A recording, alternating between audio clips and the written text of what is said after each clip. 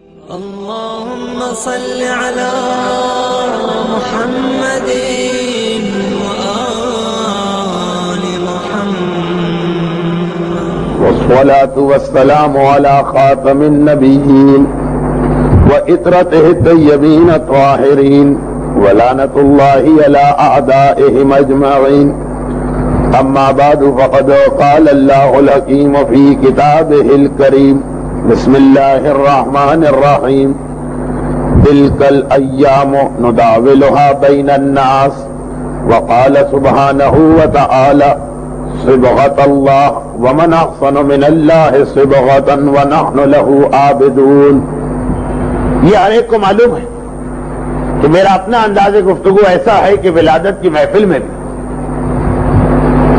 لوگوں کو اچھالنا، جوش دلانا، گلا پھاڑنے پہ مجبور کرنا، نعروں کی کثرت سے لوگوں کو اشتباہ ہو جائے زلزلے کا، وہ مجھے نہیں آتا. اور بعض لوگوں نے کہا کہ نہیں، ہم نے آپ کی کچھ مجلسیں شہدائے کربلا میں سنی ہے، آپ کو آتا. اگر آتا بھی ہے تو کبھی کبھار میں اسے مناسب نہیں سمجھتا ہوں. امام کی سیرت کے اعتبار سے ہمیں غور یہ کرنا کہ اس امام کی زندگی میں ہمارے لیے کیا عملی پہلو، خصوصیت کے ساتھ جس امام معصوم کی ولادت کا یہ موقع، ان کی زندگی تو ایسی زندگی کہ ایسا لگ رہا کہ آج 1996 کا یہ نومبر یا 1417 ہجری کا یہ رجب، بالکل وہی ماحول پلٹ کے آ گیا. قرآن نے یہ اعلان کیا تلک الایام نداولها بین الناس، کہ زمانہ بدلتا نہیں. قرآن کہہ رہا ہے یہی دن ہم اسے پلٹ پلٹ کے واپس لاتے ہیں. یہ کبھی نہ سمجھو کہ وہ زمانہ پرانا تھا اب نیا زمانہ نہیں. اعلان ہے پروردگار کا کہ تلک الایام، ان دنوں نداولها، ہم گھما پھرا کے واپس لاتے ہیں بین الناس، انسانوں کے درمیان. اور اس صدی کے شروع میں ایک بہت ہی مشہور پروفیسر ٹائن بی، جو ہسٹری کے معاملے میں حرف آخر، اس نے 10 جلدوں میں کتاب لکھی ہے ہسٹری آف سیولائزیشن، اور حضرت آدم سے لے کے دوسری عالمی جنگ تک کے حالات کو اس میں کور کیا. حضرت آدم، میں نے محاورتاً کہا، مغربی دنیا کے لوگ تاریخ کو وہاں سے شروع نہیں کرتے. جو پہلا انسان، تو اس نے دنیا کی تمام سیولائزیشنز کو سامنے رکھا، سب کی تاریخ لکھی. اس کے بعد اس نے 10-12 چیزیں نچوڑ نکالا ہے کہ پوری دنیا کی تاریخ ہم نے دیکھی. اس کا خلاصہ کچھ نکلا، جن میں اس کے 2 جملے بہت مشہور ہوئے. پہلا یہی جملہ کہ ہسٹری ریپیٹس اٹ سیلف، کہ پوری تاریخ پڑھنے کے بعد میں اس نتیجے پر پہنچا ہوں. 10 جلدوں میں لکھی ہے اس نے یہ کتاب کہ تاریخ اپنے آپ کو دہراتی ہے. یہ کہنا غلط ہے کہ وہ قبل مسیح کا زمانہ ہے، یہ بعد مسیح کا زمانہ، وہ پتھر کا زمانہ تھا یا ایٹم کا زمانہ. نہیں، تاریخ اپنے آپ کو دہراتی ہے، ہمیشہ ایک ہی جیسے حالات دوہرا کے آتے ہیں. اور اس کا دوسرا بہت مشہور جملہ یہ تھا کہ تاریخ پڑھ کر یہ پتا چلا کہ لوگ کبھی تاریخ سے عبرت حاصل نہیں کرتے. ہر شخص وہی غلطی کرتا ہے جو اس سے پہلے والے لوگ کر چکے. وہ غلطیاں جس کی بنا پر پہلے والوں کا نام و نشان مٹ گیا، غلطی پھر وہی کی جاتی. جب ہر نیا حکمران جب آتا ہے تو اپنے دل میں یہ خیال لے کے آتا ہے کہ میں وہ غلطیاں نہیں کروں گا جو پہلے والے کر چکے ہیں. لیکن تاریخ کا ایک بہت ہی اہم میسج یہ ہے کہ ہر آدمی غلطی وہی کرتا. ہٹلر نے یہ غور کیا کہ نیپولین جیسے دنیا کے مانے ہوئے جرنیل کو، جس کی مثال تاریخ عالم میں نہیں، آخر اتنے زبردست ناکامی اور زوال کا نشانہ کیوں بننا پڑا، اور عہد کیا کہ میں یہ غلطی نہیں کروں. اور اس کے باوجود وہی غلطی ہٹلر سے ہوئی کہ جو نیپولین نے کی تھی. اور یہ تو میں نے بین الاقوامی مثال دی، کیونکہ جب ہر چیز میں ہم لوگ فارن کا مال چاہتے ہیں تو مثالیں بھی فارن کی ہوں تو زیادہ اچھی ہوتی ہیں. اور اپنے ملک میں بھی دیکھ لیجیے. اچھا، اب یہ ساری باتیں میں کیوں کہہ رہا ہوں؟ اس لیے کہہ رہا ہوں کہ وہ امام معصوم جن کی ولادت کا دن ابھی گزرا، ان کے دور جو 3 بڑے مسئلے تھے، بے عین ہی آج جس علاقے میں ہم رہتے وہی 3 مسئلے یہاں کے بھی، بالکل وہی چیز. یعنی امام معصوم کی 57 سال کی زندگی. ہمارے پانچویں امام امام محمد باقر علیہ الصلوۃ والسلام 57 سال کی زندگی ہے. 57. یہ وہی زندگی ہے کہ جس سن میں امام پیدا ہوئے تھے. اکثر میں کبھی کبھار لفظوں سے کھیلتے ہوئے یہ بات کہہ دیتا ہوں کہ ہمارے پانچویں امام امامت میں 5ویں ہیں، عصمت میں 7ویں ہیں. 14 معصومین میں 7واں نمبر ہے، اماموں میں 5واں نمبر. 5 اور 7 کو پہلو بپہلو لکھی. یہ امام کی ولادت کا سال ہے 57. اور یہی امام کی عمر مبارک 57 ہجری میں پیدا ہوئے، 57 سال کی عمر پائی. چنانچہ 57 کو 57 میں جوڑا جائے تو 114 ہجری بنتا. یہ امام کی شہادت کا سال ہے. تو ہمارے پانچویں امام جو یکم رجب سن 57 ہجری میں پیدا ہوئے، اور خاندان اہل بیت کے طریقے کے مطابق کہ اگر خاندان اہل بیت میں کوئی بزرگ معصوم زندہ ہو تو پیدا ہونے والے معصوم کو اس کا باپ نہ نام دیتا ہے نہ اذان اور اقامت، بلکہ بزرگ کے حوالے کیا جاتا.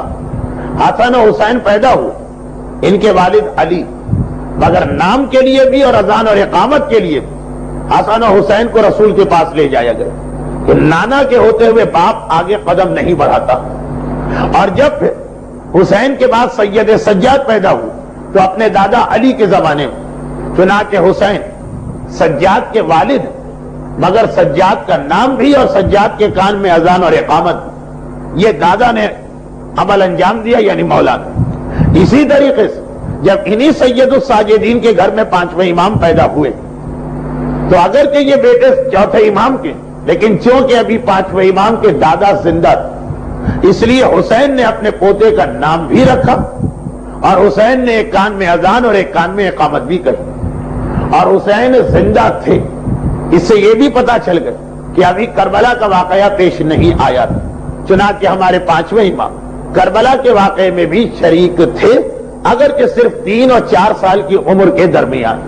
لیکن چونکہ معصوم کے یہاں عمر کا کوئی حساب نہیں ہوتا، ہمارے بچوں میں ہوتا کہ یہ بالغ ہونے کی عمر میں تھا کہ نابالغ کی. معصومین میں یہ سلسلہ نہیں چلتا. تو پانچویں امام کا نام بھی ان کے دادا حسین نے رکھا، اور پانچویں امام کے کان میں اذان اور اقامت بھی حسین نے دی تھی. اور یہ بھی ذہن میں رکھیے گا کہ بعض اوقات جب شادیاں ہوتی تو ایسی شادیاں ہوتی ہیں کہ ایک شخص نے جس لڑکی سے شادی کی، پھر اس کی بہن اس کی بیوی کے بھائی سے شادی کرے. اس کے لیے ایک بہت ہی ذرا بھونڈا سا لفظ ہمارے معاشرے میں مشہور، وٹے سٹے کی شادی. یہ معصومین کے لیے تو لفظ استعمال نہیں ہو سکتا، لیکن حسن اور حسین کے درمیان جو آپس کی محبت و قربت، اس کی بنا پر ہوا یہی تھا کہ حسین اپنے بڑے بھائی حسن کی ایک بیٹی لی تھی اور اپنی ایک بیٹی اپنے بھائی حسن کے گھر میں دی تھی. ایک بھائی اور بہن وہاں تھے، ایک بھائی اور بہن یہاں تھے. چنانچہ امام مظلوم نے اپنی بیٹی فاطمہ کبریٰ کی شادی اپنے بھائی حسن مجتبیٰ کے ایک بیٹے سے کی تھی. اور عربی دستور کے مطابق کبھی ایک ہی نام باپ کا ہوتا ہے، وہی نام بیٹے کا ہوتا ہے. یہ عربوں میں بھی ہے اور یورپ میں بھی بہت اس کا رواج ہے. لیکن وہاں پہ ذرا دادا اور پوتے تک، عربوں میں باپ میں بھی یہ سلسلہ. تو امام حسن کے بیٹے کا نام بھی حسن ہے. تو اب باپ اور بیٹے میں فرق کے لیے بیٹے کا نام ہے حسن مثنی. مثنی کے عربی معنی مثنی کسے کہتے ہیں؟ یہ عدد 2. مثنی کا مطلب ہے دوسرا. نام کا زمانہ وہ زمانہ نظر آئے جب دشمنوں نے یہ تینوں حملے اسلامی دنیا پہ کیے تھے. یا تو آج ہم کو نظر آ رہا ہے یہ پہلی دفعہ پانچویں امام کے زمانے، رسول کے زمانے میں یہ 3 حملے نہیں تھے. مولا سے لے کے چوتھے امام تک ہر امام کے زمانے میں 3 حملے ایک ساتھ نہیں تھے. ہاں، چوتھے امام کی امامت کے آخر میں یہ شروع ہو گیا. تو وہ جو میں نے کہا کہ آج 1996 کا نومبر اور 1417 کا رجب جو آ رہا، تو خالی ایک یہ نہیں ہے کہ اس سال بھی امام کی ولادت کی تاریخ ہے. یہ ولادت کی تاریخ ایسے حالات میں آ رہی ہے کہ پورا وہ ماحول بھی واپس پلٹ کے آ رہا جو پانچویں امام کے زمانے میں دشمنوں نے کیا تھا. اب یہ تینوں چیزوں کی تفصیل میں آج نہیں جا سکتا ہوں. ہو سکتا ہے کہ ان میں سے کچھ باتیں آئندہ بھی آ جائیں، کیوں؟ ان باتوں کا جتنا تعلق پانچویں امام سے اتنا ہی تعلق ہمارے موجودہ حالات سے۔ مگر چھوٹی سی بات سنی، مسلمان دنیا پر تہذیبی حملہ کیسے ہوا؟ پانچویں امام کے زمانے میں اسلامی دنیا بہت بڑی ہو گئی تھی۔ اس وقت دنیا میں صرف 3 بر اعظم تھے، ایشیا، یورپ، امریکہ، نہیں ایشیا، یورپ، افریقہ۔ امریکہ شمالی اور جنوبی دریافت نہیں ہوا تھا، ابھی کولمبس پیدا نہیں ہوا تھا۔ آسٹریلیا دریافت نہیں ہوا تھا، ابھی وہاں پر کوئی جیمز کک نہیں پہنچا۔ یہ 3 بر اعظم۔ پانچویں امام کے زمانے میں محمد بن قاسم کے ذریعے سے سندھ سے لے کر ہند تک اسلامی سرحد پہنچ گئی، اور ایک مومن موسیٰ ابن نصیر اور اس کے غلام طارق ابن زیاد کے ذریعے سے پورے افریقہ اور یورپ میں اسپین اور اٹلی تک اسلام پہنچ گیا تھا، اور تیسرے جرنیل مسلم ابن قتیبہ کے ذریعے سے ترکستان اور روس کے علاقے میں اسلام پہنچ گیا۔ بس یہ اس زمانے میں دنیا تھی، پوری دنیا تقریباً اسلام میں آ گئی۔ اچھا، ابھی تک اسلامی دنیا میں زیادہ تر لوگ بدو رہتے تھے، عرب تھے خالی۔ عربوں کی زندگی بہت ہی مختصر ہوتی، ایک اونٹ ایک بدو کو دے ساری زندگی کے لیے اس کی ضروریات پوری ہو گئی، اس کو اب کھانا نہیں چاہیے، اسی کا دودھ پیتا ہی اس کی غذا، اسے اب کپڑے اور مکان نہیں چاہیے، اسی اونٹ کے بالوں سے بن کر لباس تیار کرتا ہے اور اسی سے وہ خیمہ بناتا۔ چنانچہ ان لوگوں کے اگر کچھ مسئلے ہوتے بھی تھے تو کیا ہوتے تھے؟ نجاستیں کتنی ہیں بس اتنا بتا دیجیے، ہمارے کپڑے پر چھینٹ پڑ گئے، پیشاب کی 1 بار پاک کریں کہ 2 بار، بس اتنا بتا دیجیے۔ زندگی جتنی سادہ ہوگی مسئلے اتنے کم ہوں گے۔ نہ غذا میں ان کے ساتھ بڑے مسئلے ہیں، نہ لباس میں بڑے مسئلے۔ لباس ان کا مردوں کا بھی ایسا ہے کہ جو پورے حجاب کو پورا کرتا، پورا وہ ایک چوہا پہنتے ہیں کہ جو برقعے کی طرح، اور صحرائی ریس سے بچنے کے لیے پورے سر پہ اسکارف کی طرح سے کپڑا اوڑھتے ہیں۔ تو وہاں عورتیں تو عورتیں، مرد کو بھی کچھ پوچھنے کی ضرورت نہیں، زندگی سادہ۔ لیکن اب جو اسلامی دنیا پھیلی تو کہاں کہاں تک گئی؟ یورپ میں پہنچے، یورپ میں روم تک پہنچے ہیں مسلمان۔ روم میں سادہ زندگی نہیں ہے، رومن لا قانون پہلے سے چلا آ رہا۔ اب جب وہ اپنا قانون پڑھے ہوئے اسلامی دنیا میں آتے ہیں، سوال کرتے ہیں اس موقع پر اسلام کیا کہتا ہے۔ اور یورپ کے اندر یونان کے لوگ جو سقراط و افلاطون و ارسطو کا فلسفہ پڑھے، وہ آ کر کہتے ہیں کہ ارسطو نے یہ کہا ہے، آپ کا اسلام کیا کہتا؟ ہندوستان تک اسلام پہنچ گیا۔ ہندوستان میں میڈیکل سائنس ہمیشہ سے مشہور تھی، وہ آ کر کہتے ہیں کہ ہمارے مذہب میں فلاں جڑی بوٹی کی یہ خاصیت ہے اور فلاں بیماری کا یہ علاج، اسلام کی سائنس کہاں؟ اب ان علماء اسلام کے لیے ان مسئلوں کا جواب دینا مشکل تھا، جن کا سارا علم اتنا ہے کہ نجاستیں 11 ہیں، مطہرات 12 ہیں، نماز کے واجبات میں 5 رکنی ہے، باقی غیر رکنی اور بس، اور یہ بھی ان کو پورا نہیں معلوم۔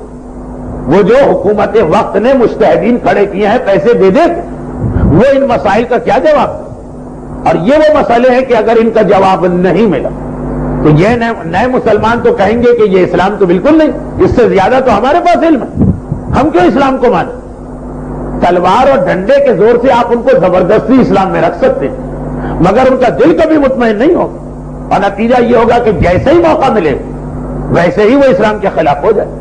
یہ ایک علمی حملہ ہو رہا ہے، تہذیب کا حملہ، اور یہ بہت اہم حملہ ہے لیکن آئندہ بدھ کے لیے۔ دوسرا مسئلہ تھا معاشی حملہ، بہت ہی مختصر۔ اسلامی دنیا اتنی بڑھ گئی، رسول کے زمانے میں چھوٹی تھی، بڑھ گئی۔ اب جب اسلامی دنیا بڑھی تو حکمرانوں کا فریضہ تھا نا کہ اس کے اعتبار سے اپنا اکنامک سسٹم بناتے، لیکن جیسے پاکستان میں وزارت خزانہ ہمیشہ ایک مسئلہ رہی، وہ صلاحیت کہاں، ویسے ہی دنیا بہت بڑی ہوگی، لیکن مجبور تھے مسلمان سلطان روم کی کرنسی کو اپنے ملک میں رائج کرنے پر، یعنی اسلامی دنیا روم کی سلطنت سے بڑی ہو گئی لیکن چلے گا وہی ڈالر۔ آج بھی آپ ساری دنیا کو دیکھ لیں، 195 ملک غالباً آزاد ہو چکے، لیکن ہر جگہ چلتا ڈالر ہے۔ چنانچہ جن کے ہاتھ میں ڈالر، وہ جب چاہے کسی ملک کی اکنامی کو بڑھا دے، جب چاہے گھٹا دے، اور اس کے طریقے ہوتے۔ اب سیم کیس 1300 سال پہلے یا 1350 سال پہلے پانچویں امام کے زمانے میں جب اتنی بڑی ہو گئی اسلامی دنیا تو سلطان روم نے دھمکی دی، سکہ تو ہمارا آتا ہے تمہارے یہاں، اب ہم تمہاری معیشت کا ستیاناش کر دیں. حکمران کے ہاتھ پاؤں پھول گئے, کرے تو کیا کریں. جو کام آج IMF اور ورلڈ بینک کر رہا وہی کام سلطان روم نے کیا. تمہاری معیشت ہمارے ہاتھ میں, کرنسی ہماری ہے. اگر ہم اپنی کرنسی کو بڑھائیں یا ڈی ویلیو کریں سارے ایفیکٹ تم پر پڑیں گے. اب خلیفہ کی سمجھ میں نہیں آ رہا ہے کہ وہ اس سوال کا کیا جواب ہے. میں مختصر کہہ دوں اس لیے کہ اس پر مجھے تفصیل بعد میں نہیں بتانا. پہلے حملے کے بارے میں تو میں نے کہا یہ بعد میں آئے گا. مختصر یہ کہ خود امام بنفس نفیس شام کے شہر دمشق جاتے ہیں کیونکہ اسلامی دنیا کا کیپٹل وہی. پورا پیپر ورک کر کے خلیفہ کو دیتے ہیں کہ ہم اس کرنسی کے محتاج ہی نہیں, ہم اپنے خود کرنسی کیوں نہیں رائج کر جو اس کی کرنسی کو دبا لے.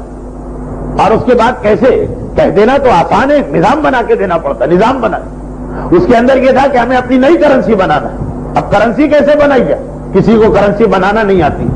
امام نے اپنے زیر نگرانی وہ پہلا کارخانہ بنوایا جسے اردو میں ٹیکسال کہتے ہیں, جہاں سکے بنائے جاتے تھے. یہ لفظ بنانا تو میں اس لیے کہہ رہا ہوں کہ جس علاقے میں بیٹھا ہوں وہاں کی زبان اردو نہیں. سکے ڈھالے جاتے تھے جس ٹیکسال, وہ 5ویں امام نے اپنی نگرانی میں قائم کروایا. سپرویژن امام کی ہے, کام کرنے والے دوسرے لوگ. اور جب یہ سکہ بن گیا ایک ویلیو کے ساتھ, سلطان روم کی سازش ناکام ہو. ہم آج یہ نہیں کر سکتے, انہوں نے کیا. اور اصل پھر تیسری بات جو آج کا موضوع, تیسری بات کیا تھی کہ جب کبھی پیسہ آتا, روایتوں میں پیسے کی تعریف بھی ہے مذمت بھی ہے. کبھی اس پیسے کو کہا یہ خدا کی نعمت ہے, اسے چون کے اس کو ملنے پہ شکر ادا کر.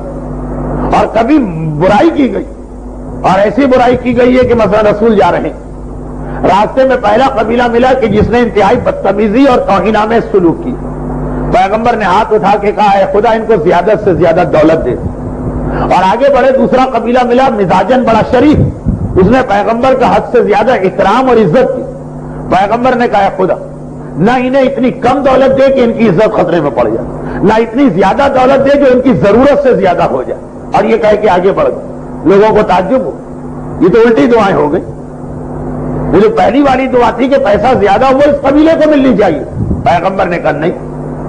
یہ یاد رکھو کہ جب تک پیسہ ضرورت کے مطابق اس وقت تک انسان شریف رہتا, ضرورت سے کم ہو جائے تب بھی انسان ظالم بن جاتا, پھر چوری کرے گا, ڈاکے ڈالے. چنانچہ میرے مولا کا مشہور جملہ کہ اگر کبھی قحط کے زمانے میں کوئی چور میرے پاس لا جائے میں کبھی اس کا ہاتھ نہیں کاٹوں گا. وہ مجبور ہے, اس کی مجبوری کا خیال رکھا جائے گا اسلام. اور اسی طرح اگر پیسہ ضرورت سے زیادہ مل جائے تب بھی آدمی کو ہری ہری سوجنے لگتی.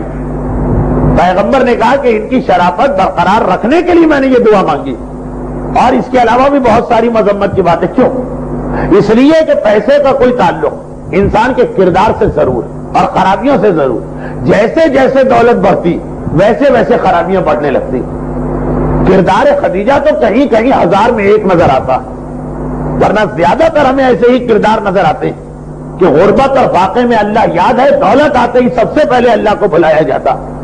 اب جب اسلامی دنیا اتنی بڑی ہو گئی, اور بڑی بھی کس طرح ہو, وہ ملک قبضے میں آئے جہاں دولت تھی صدیوں کی, تو یہ ساری دولت اسلام میں آ گئی.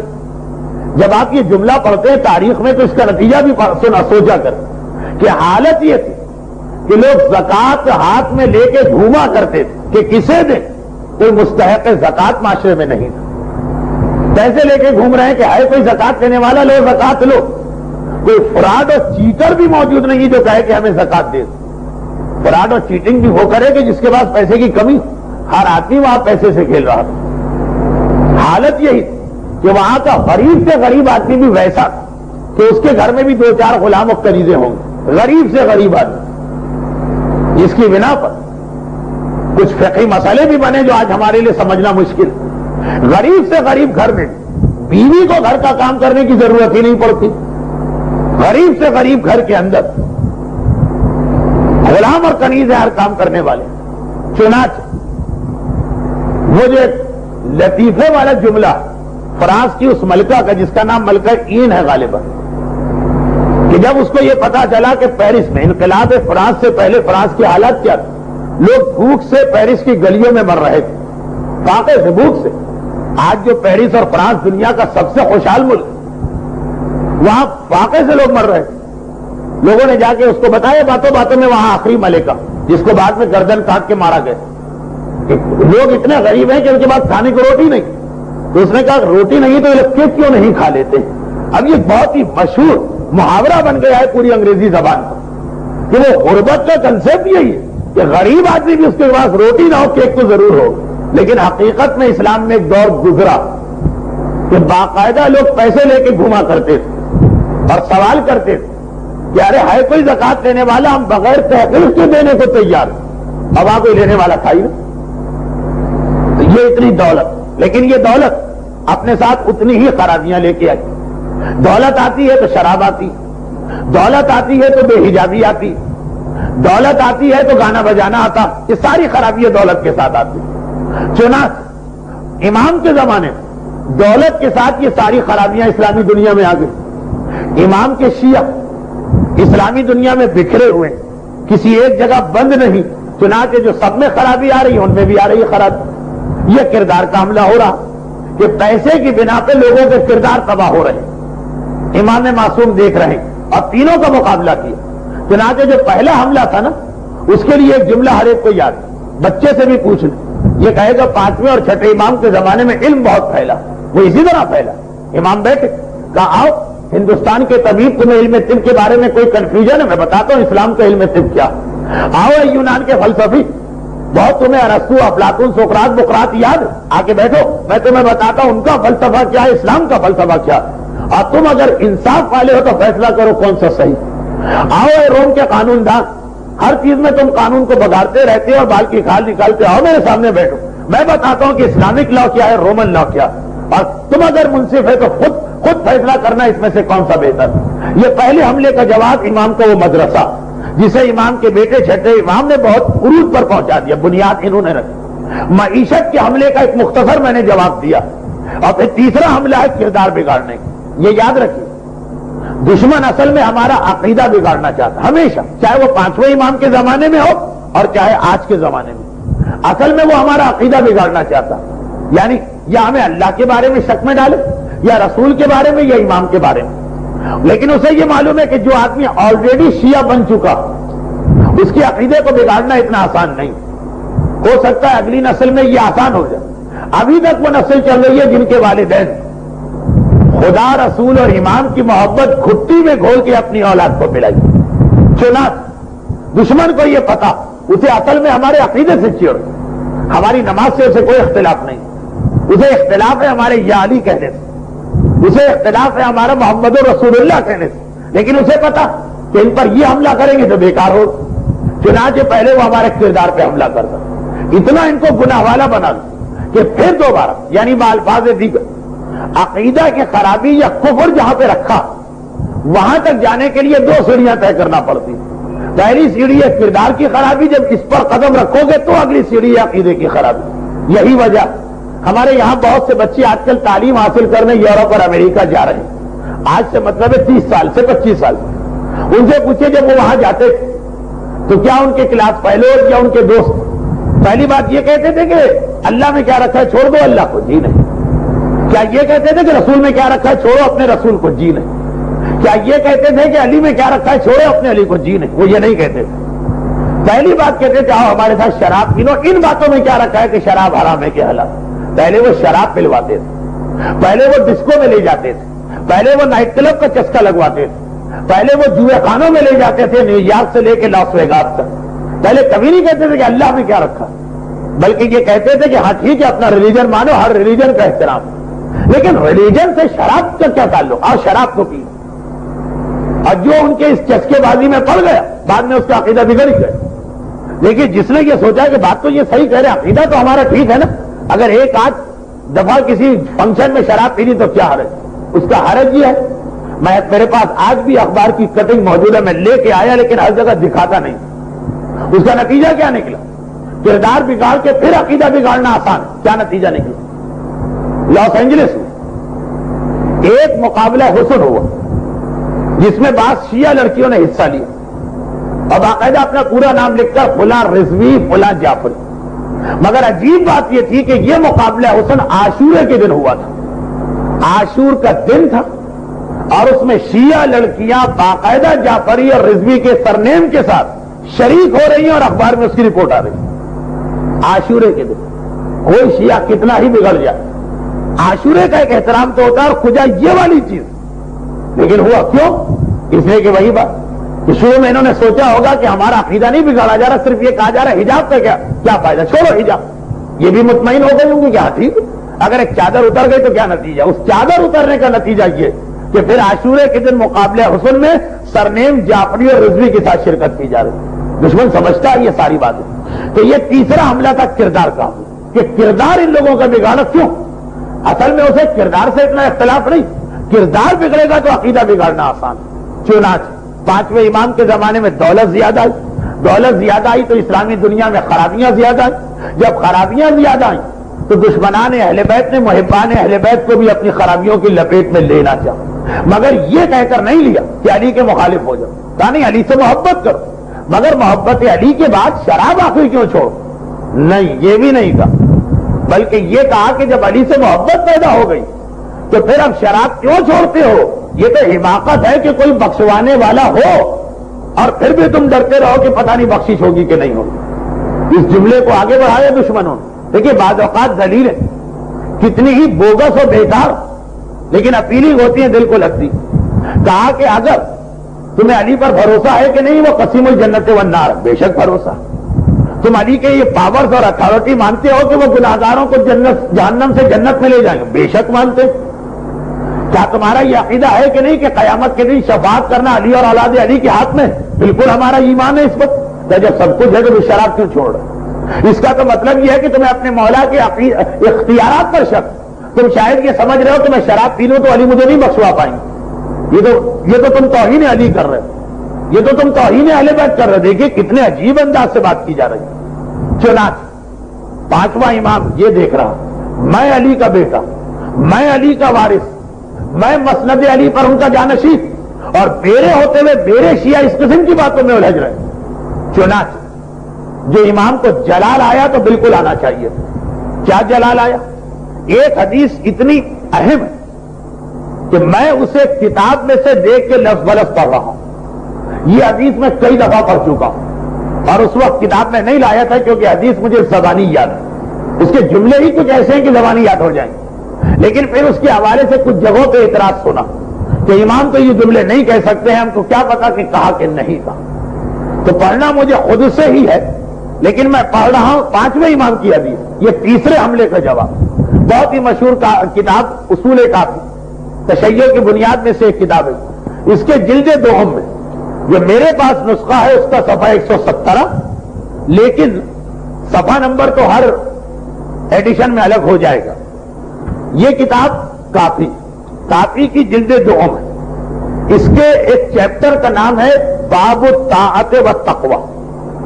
اس باب الطاعت والتقوی میں 3 حدیثیں ہیں. میں تیسری حدیث پڑھتا ہوں، صرف حدیث پڑھ رہا ہوں، لیکن یہ خود اپنی جگہ ایک مستقل درس.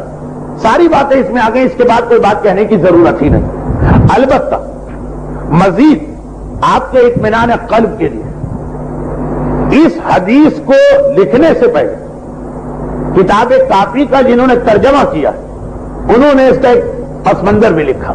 یہ فارسی ترجمہ ہے میرے پاس، ذرا وہ پس منظر بھی سن لیجیے. یہ لکھتے ہیں کہ پانچویں امام کے زمانے میں گمراہ کرنے والوں نے اور غلط نظریات بنانے والوں نے مسلمانوں میں انتشار پھیلانا چاہا، اور انہوں نے کچھ ایسے عقیدے بنا کے پھیلائے کہ مثلا خالی شیعہ ہو جانا کافی ہے، یا خالی محبت امیر المومنین کافی ہے، یا خدا رحمان و رحیم ہے خالی اس سے امیدوار ہو جانا کافی ہے، یا گریہ برائے امام حسین یا امام حسین پہ ماتم کرنا بدون ہیچ اطاعت و عبادت، بغیر کسی اطاعت اور عبادت کے موجب سعادت و نجات، سبب بنے گی کہ آپ کو سعادت بھی مل جائے گی اور آپ کو نجات بھی ہو جائے گی.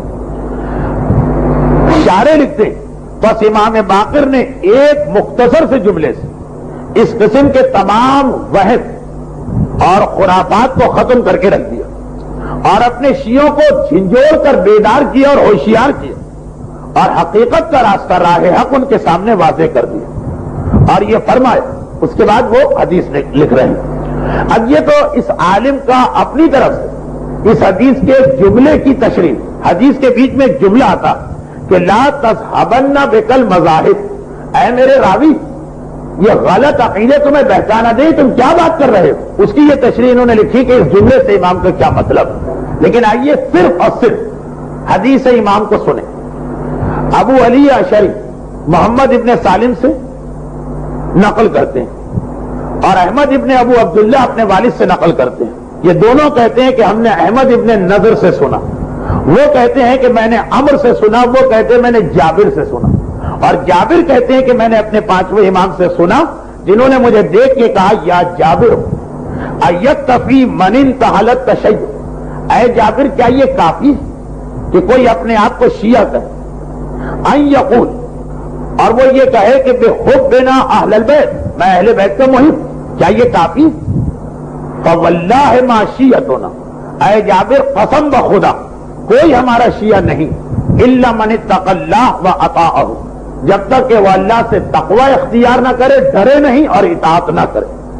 وما كانوا يعرفون، اب مسئلہ یہ کہ امام نے کہا اللہ سے ڈرے اور اطاعت کرے، ہر آدمی کہے گا میں ڈرتا ہوں اللہ سے، ہم کیسے پہچانیں یہ ڈرتا ہے کہ نہیں ڈرتا؟ اسی لیے خود فرماتے وما كانوا يعرفون، ان کی معرفت اور پہچان نہیں ہو سکے گی۔ یا جابر، اے جابر کون اللہ سے ڈرتا ہے تم نہیں پہچان سکو گے، الا بالتواضع، جب تک تو اس میں تواضع نہ ہو، تکبر اور عقل اور غرور نکال دے، والتخشع اور خوف خدا، اللہ سے ہر جگہ ڈرے، والامانہ امانت کو ادا کرے، وکثرت ذکر اللہ اللہ کو مسلسل یاد رکھے، والصوم روزے رکھے، والصلاۃ نماز پڑھے، والبر بالوالدین والدین کے ساتھ نیکی کرے، والتعاہد للجیران اور اپنے پڑوسیوں کے ساتھ عہد کو پورا کرے، اور من الفقراء فقیروں کا حق ادا کرے، واہل المسکنہ مسکینوں کا حق ادا کرے، والغارمین جو بیچارے قرض دار ہو گئے، والایتام اور جو یتیم ہو گئے ان کا حق ادا کرے، وصدق الحدیث جب بولے تو سچ بول، وتلاوت القرآن قرآن کی تلاوت کرے، وکف الالسن عن الناس اپنی زبان کو لوگوں سے روکے، الا من خیر سوائے خیر، لوگوں کے بارے میں اس کی زبان سے سوائے خیر کے اور کچھ نہ نکلے، وَكَانُوا أُمَنَاءَ عَشَائِرِهِمْ فِي الْأَشْيَاءِ اور وہ چیزوں میں اپنے خاندان والوں کے امین بنے، ان چیزوں میں بطور امین ان کی حفاظت کرے۔ خیر یہ ساری صفتیں تو وہ جو اکثر حدیثوں میں آپ سنتے ہیں۔ اس کے بعد کے جملے قال جابر، یہ پانچویں امام کا زمانہ، کربلا کا واقعہ بھی ہو چکا، یعنی اس کی وجہ سے تشیع میں ایک تبدیلی بھی آ چکی ہے، پھر بھی قال جابر، جابر جیسا آدمی کہتا، فقلت میں نے امام سے کہا یبن رسول اللہ، اے فرزند رسول، آپ نے یہ سب کہہ تو دیا لیکن ما نعرف اليوم، آج کے دن ہم نہیں پہچانتے، احدن بہذہ الصفات، ایک آدمی بھی ایسا نہیں ملتا جو ایسا ہو۔ پانچویں امام کا زمانہ، امام معصوم بنفس نفیس ہے، غیبت کی بات نہیں، اور کربلا کے واقعے کو ابھی 50 سال کیا 25 سال بھی نہیں گزرے۔ جابر کہہ رہے مولا مگر ہمیں ایسا تو کوئی ایک احدن ایک بھی نہیں مل رہا، اندازہ کرے کتنا بگاڑ دیا گیا تھا معاشرے کو۔ مگر امام کا جواب سنو، بس یہ 3 جملے ہیں اور آج کا درس اختتام۔ فقال، اب امام نے وہ جملہ کہا جس کے لیے ان کو وہ نوٹ لگانا پڑا تھا۔ فقال یا جابر، امام فرماتے ہیں کہ اے جابر، لا تذهبن بک المذاہب، مذہب کہتے ہیں عقیدے کو، نظریے کو، اے جابر لا تذهبن بک المذاہب، مختلف عقیدے تمہیں راہ حق سے ہٹانا دیں، مختلف نظریے تمہیں راہ حق سے ہٹانا دیں۔ اس کی تشریح انہوں نے کی تھی کہ کون سے نظریے۔ امام فرماتے ہیں یا جابر لا تذهبن بک المذاہب، الگ الگ عقیدے اور نظریے تمہیں ہٹانا دیں۔ اب سنو، حسب الرجل، کیا کافی ہے ایک آدمی کے ان یقول، یہ کہے کہ احب علی واتولہ، یہ جملہ اگر آج کوئی خطیب بھی کہہ دے تو آپ بگڑ جائیں گے کہ یہ ہماری محبت پہ اعتراض کا حق کیسے رکھتا۔ پانچویں امام کو تو حق ہے نا۔ فرماتے ہیں احب علی، ایک آدمی کیا یہ کہے کہ میں علی کا محب، واتولہ اور ان سے تولا کرتا ہوں، ثم لا یکون مع ذلک فعالا، اور پھر افعال میں ان کے ساتھ نہ ہو۔ یہ زبان جو ہے نا گوشت کا معمولی سا لوتھڑا، اس سے تو کہے کہ میں علی کا محب ہوں اور ان سے تولا کرتا ہوں، اور افعال یہ جو 2.5 من کا لاشا ہے، یہ 2.5 من کا جسم انسانی افعال میں ان کے ساتھ نہ ہو. یہ میں نہیں کہہ رہا, یہ امام کا لفظ بلفظ احتیاط کے تقاضے سے میں کتاب ہاتھ میں لے کے پڑھ رہا ہوں, جبکہ سارا مجمع جانتا کہ میرے مزاج اور میری عادت میں نہیں, بلکہ کتاب سامنے آ جائے اور پڑھنا پڑے تو الجھن ہوتی ہے. اگر الفاظ اس کے اتنے سخت کہ سوائے امام کی زبان کے اور کسی کی زبان سے آپ یہ نہیں سن سکتے. مرجع بھی یہ بات کہے تو آپ کہیں گے کسی کو ہماری محبت پہ اعتراض کا کیا حق, وہ اپنا فتویٰ دیتے رہے, انہوں نے ہمارا دل چیر کے دیکھا, امام نے آپ کا دل چیر کے دیکھا. امام تو کہہ سکتے ہیں نا, فرماتے ہیں کیا کافی کہ احب علی و تولا, آدمی یہ کہے میں محب علی ہوں اور ان سے تولا کرتا ہوں, ثم لا یکون مع ذلک, اور پھر نہ ہو اس کے ساتھ فعالن افعال میں ان کے ساتھ. فلو قال, اے جابر اگر کوئی آدمی کہے انی احب رسول اللہ, میں رسول سے محبت کرتا ہوں, اور امام فرماتے ہیں فرسول اللہ خیر من علی, رسول کا درجہ علی سے تو بلند. ثم لا یتبع سیرتہ ولا یعمل بسنتہ, اور پھر نہ ان کی سیرت کی پیروی کرے نہ ان کی سنت پہ عمل کرے, تو جابر ما نفعہ حبہ ایاہ. عجیب جملہ. ماں عربی میں ماں کے معنی ہوتے نہیں, ماں نفعہ, اسے نفع نہیں پہنچائے گی, حبہ ان کی محبت. بڑے سے بڑا مرجع بھی آج اگر یہ کہے کہ محبت نفع نہیں پہنچائے گی, کون مومن برداشت کرے گا؟ مگر کلام امام ہے لفظ بلفظ. اور یہ روایت جیسے آپ نے سلسلہ سند میں سنا, دو الگ الگ آدمیوں نے سنا ہے اس کو, ایک بھی نہیں ہے راوی. ما نفعہ حبہ ایاہ شیئا, ان کی محبت فائدہ نہیں پہنچائے گی, شیئن ذرا سی چیز کا, ذرا سا بھی فائدہ نہیں ہوگا. دیکھیے ماحول ایسا تھا کہ امام کو اتنے جلال میں آنا پڑ رہا, ورنہ شفاعت اہل بیت بھی معصوم ہی نے ہم کو بتائی. محبت اہل بیت کی وجہ سے بہت سارے گناہ صغیرہ اور کبھی کبھی گناہ کبیرہ کا معاف ہونا بھی امام نے بتایا. لیکن کبھی ماحول اگر اتنا خراب ہو جائے کہ لوگ پہلے سے یہ سوچ کے بیٹھے ہوں کہ ہماری تو بخشش یقینی ہے, اور اگر ہم اللہ کو رحمان و رحیم مان لیں تو ہماری جنت پکی ہے, اور نہ صرف یہ کہ سوچ کے بیٹھے بلکہ اسی سوچ کی بنا پہ گناہ کر رہے ہیں, تو وہاں تو ان سے یہی کہنا پڑتا ہے کہ اتنا سا فائدہ بھی تمہیں نہیں ہوگا. اب پھر آئیے امام کے الفاظ, فرماتے فاتقوا اللہ, اللہ سے ڈرو, وَاعْمَلُوا لِمَا عِندَ اللَّهِ, اور جو اللہ کے پاس ہے اس کے لیے عمل کرو.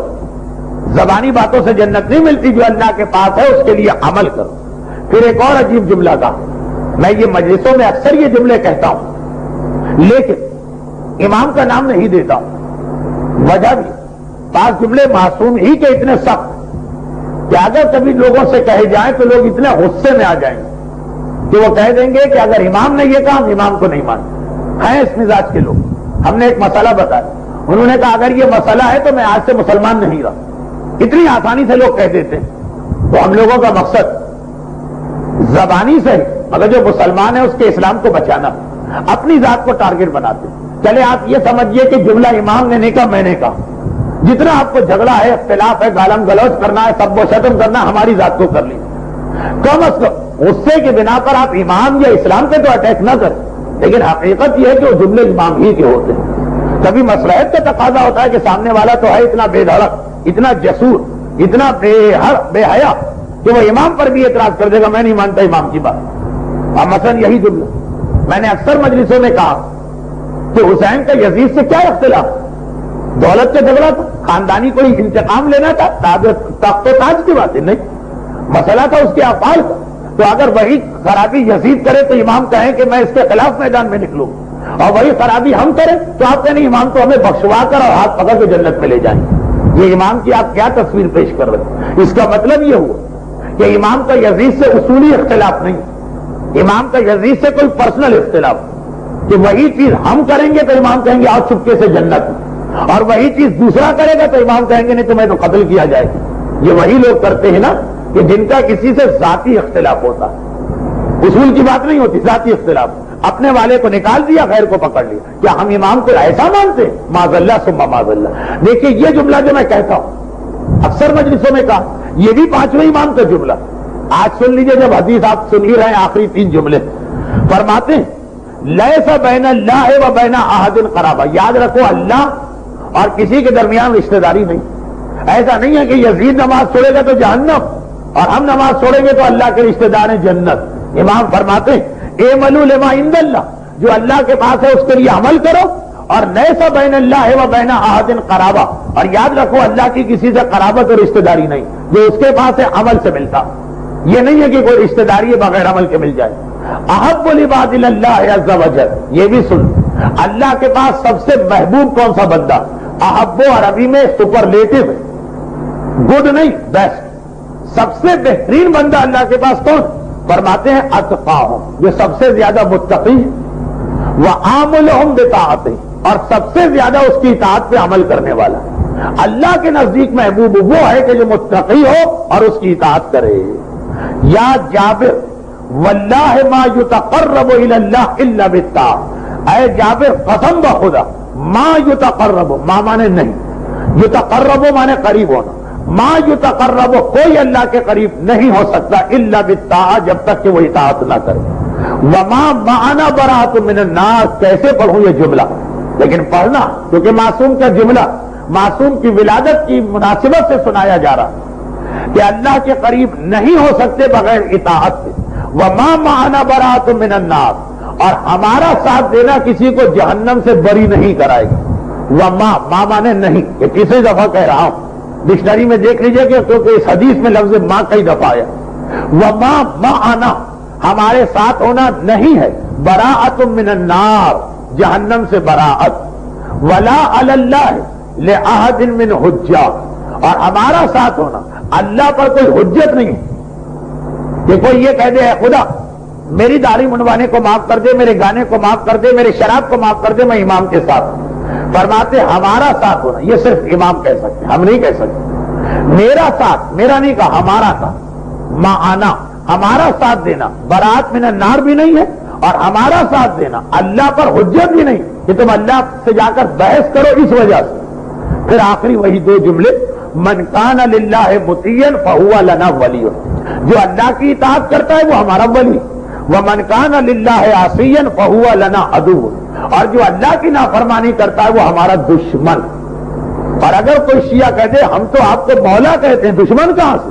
فرمایا ما تنالو ولایتنا، ہماری ولایت نہیں ملتی ہے الا بالعمل والورع، جب تک کہ عمل اور پرہیزگاری نہ ہو۔ لفظ بلفظ میں نے حدیث امام کو پڑھا، ایک دو جگہ فقط وضاحت کی ضرورت اس لیے پیش آئی کہ جیسا کہ میں نے کہا کہ اس حدیث کے لیے مجھے کتاب لانے کی ضرورت نہیں، یہ حدیث نہ صرف یہ کہ مجھے زبانی یاد ہے بلکہ کبھی مجمع کا منہ تو دیکھ کر اس کے الفاظ کو اپنے الفاظ بنا کے بھی پیش کرتا ہوں۔ منہ کی میں نے وضاحت کر دی، لیکن ذرا سن، اتنے سخت جملے جو اگر کوئی دشمن اہل بیت امام کے بارے میں بھی نہیں کہہ سکتا کہ جی ان کے ساتھ دینے سے کیا فائدہ، ان کی محبت سے کیا فائدہ، ان کا ساتھ دو تو جہنم سے کچھ نہیں، امام اپنے بارے میں کہہ رہے ہیں۔ وجہ کیا ہے؟ وجہ یہ نہیں ہے کہ امام ان چیزوں کا مطلقہ انکار کر رہے ہیں، محبت اہل بیت کام آئی، شفاعت اہل بیت پر ہمارا عقیدہ، علی قسیم الجنت والنار ہے یہ ہمارا ایمان، محبت اہل بیت کئی گناہوں کو بغیر توبہ کے معاف کروا دیتی ہے یہ ایک حق۔ مگر جب ماحول اتنا بگڑ گیا جیسے پانچویں امام کے زمانے میں بگاڑا گیا کہ لوگ سینہ تان کے اور چھاتی ٹھوک کے شراب پیتے تھے، ایک تو یہ ہے کہ ہم مانتے رہیں کہ صحیح کیا ہے غلط کیا، ہم سے گناہ ہو گئے، اللہ نے بھی ہم کو معصوم نہیں بنا، ایک ہے نہیں سینہ ٹھوک کے شراب پینا، سینہ ٹھوک کے عورت کے گھر سے بے پردہ نکلنا، سینہ ٹھوک کا آپ سے اپنے گھروں میں گانے کو لانا اور گانے کے ماحول کو بڑھانا، تب اتنی ہی سختی کی ضرورت پیش آتی ہے۔ تو آپ اس حدیث کو دیکھیں، کیا یہ پوری کی پوری حدیث بالکل آج کے زمانے میں امام کے شیعہ پہ فٹ نہیں اتر رہی؟ جابر کا شکوہ بھی صحیح ہے، مولا جو معیار آپ بتا رہے ایک بھی ایسا نہیں ملے گا، اور امام کا یہ جواب بھی آپ نے سن نہ ملے، کیا غلط نظریہ سے تم بہک گئے؟ اور اس کے بعد کے سارے جملے تو امام معصوم بیک وقت 3 محاذ پہ دشمن کا مقابلہ کر رہے ہیں، جن میں یہ سب سے اہم محاذ آج آپ نے سنا، اپنے ماننے والوں کے کردار کو بچاؤ، کردار بچتا ہے تو پھر عقیدہ بھی بچتا، اور چاہے عقیدہ بچا رہے ہو تو اور کردار بگاڑ رہے ہو تو آج نہ صحیح اگلی منزل میں عقیدہ بھی بگڑ جائے گا۔ اب ایک آخری جملہ میری طرف سے سن لیجیے، اور وہ یہ کہ یہی وجہ ہے کہ بہت سے لوگوں کے کافر اور مرتد بن جانے کی ذمہ داری امام ان کے والدین پہ ڈالتے، ماں نے فلاں خرابی کی تھی تو بیٹا اتنا بگڑ گیا، باپ نے فلاں خرابی کی تھی تو بیٹا اتنا بھی کر گیا. باپ نے کوئی شرک نہیں کیا تھا, گناہ کیا تھا, لیکن گناہ کرنے سے اگلی نسل میں عقیدہ بدل جاتا ہے. کیونکہ آج بھی بہت سے ایسے جو یہ کہتے ہیں کہ ہم کتنے ہی گناہ کیوں نہ کریں, عقیدہ تو ہم نے محفوظ رکھا ہے نا. آپ سمجھ رہے ہیں کہ محفوظ, عقیدے کے چاروں طرف عمل کی دیوار قائم کیجئے تو عقیدے کی حفاظت ہو. چنانچہ جب آپ عمل بگاڑتے ہیں اور اپنی جگہ خوش ہے کہ عقیدہ تو ہم نے ٹھیک رکھا, توحید پروردگار میں تو ہمیں شک نہیں, رسالت خاتم النبیین پہ تو ہمیں کوئی تذبذب نہیں, امامت ائمہ طاہرین پہ تو ہم جان دینے کو تیار. کچھ شراب پی لی تو کیا, کچھ زنا کر لیا تو کیا, کچھ غنا سن لیا تو کیا, یہ آپ کی غلط فہمی. یہ اگر کچھ کی منزل پہ رہے اور بعد میں توبہ ہو جائے تو یقیناً کچھ نہیں, لیکن اگر یہ کچھ مسلسل چلتا رہا تو کردار کے بعد اگلی تبدیلی عقیدے میں آنے والی, اور امام یہی نہیں چاہتے.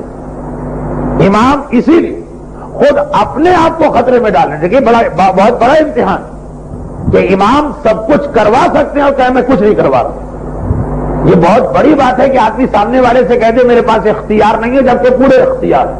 نفس کو مارنا پڑتا. تکبر کی ایک منزل آتی ہے, انا پرستی اور ایگو پرابلم, کہ آدمی نہ کہنے کو تیار نہیں. امام کہہ رہے فقط اس لیے کہ اسی حوالے سے ہمارے شیعوں کا عقیدہ بچے. مگر یہ تو ہوا کھلم کھلا گناہوں کا مقابلہ. دشمن کبھی چھپ کے بھی حملہ کرتا, جو میں نے جملہ شروع میں کہا وہ آخر میں دوہراتا ہوں, اور یہ کہہ کے دوہراتا ہوں کہ اس جملے پہ آئندہ بدھ کی تقریر شروع ہوگی. وہ یہ کہ اگر دشمن شراب پلائے تو یہ جواب, اور دشمن منی اسکرٹ پہنوائے ہماری عورتوں کو تو یہ جواب, اور دشمن گانے سنوائے تو یہ جواب. لیکن اگر دشمن شراب نہ پلوائے, کوک پلائے, آپ نے مجتہد سے کہا, اس نے کہا کوک حرام نہیں. منی اسکرٹ نہ پلوائے, جینز ٹی شرٹ اور سر پہ رومال بنوائے, مجتہد سے پوچھا, اس نے کہا اگر جسم چھپ گیا تو کوئی حرج نہیں. گانے نہ سنوائے, ترانوں وغیرہ کا چسکا دلوا دے ملی نغموں کا, مجتہد سے پوچھیں گے وہ کہے گا کوئی حرج نہیں, مگر اس کے بھی آفٹر افیکٹ آگے چل کے وہی ہوں. وہ بھی ایک چیز. وہ کیسے؟ وہ آئندہ بدھ کو. آج تک ڈائریکٹ حملہ جب شراب پلوا رہا ہے تو یہ ہوتا, اور کوٹ پلوا رہا ہے تو کیا ہوتا ہے, وہ ایک مرحلہ بس. پہلے اس نے کیا سوچا, ان کو دشمن علی بناؤ, وہ نہیں ہو سکا, تو اس نے کہا پہلے شراب پلاؤ پھر دشمن علی بناؤ, اور اگر کہیں وہ بھی نہ ہو سکے تو ایک قدم اور پیچھے ہٹا دشمن, پہلے کوٹ پلواؤ پھر شراب پلواؤ پھر دشمن علی بناؤ. وہ والا مرحلہ آئندہ بتاؤں گا. اس میں ایک اسٹیپ بڑھ جاتا, کیونکہ آج کل لاکھ عقیدت کے سجدے کرنے کو دل چاہتا. حضرت امام خمینی رضوان اللہ علیہ کو کہ جن کے انقلاب کی وجہ سے شراب والا گناہ جو ہم سے کروا رہا تھا دشمن اس میں ناکام ہوا, چنانچہ مجبوراً وہ ایک قدم پیچھے ہٹا, کوک سے شراب اور شراب سے دشمن علی پہ لانا.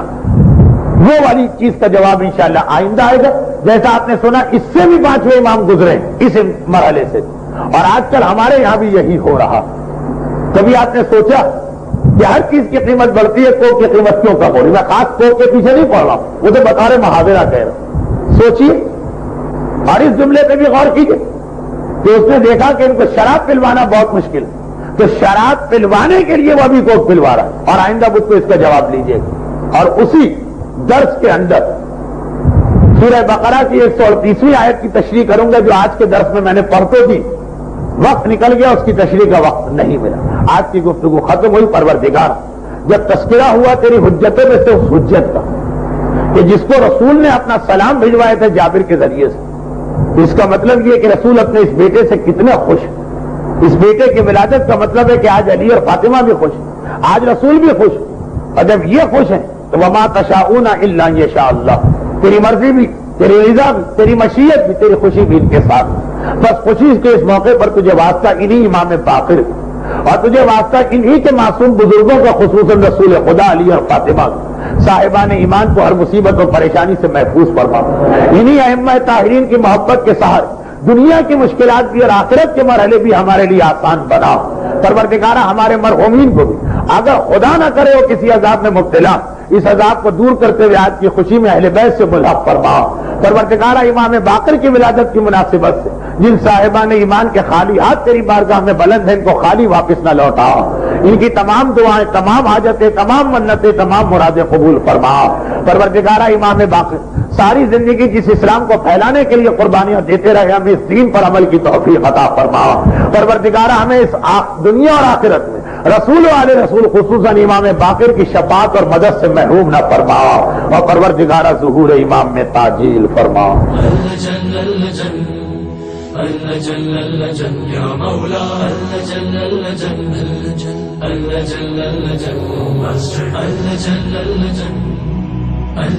یا صاحب السماء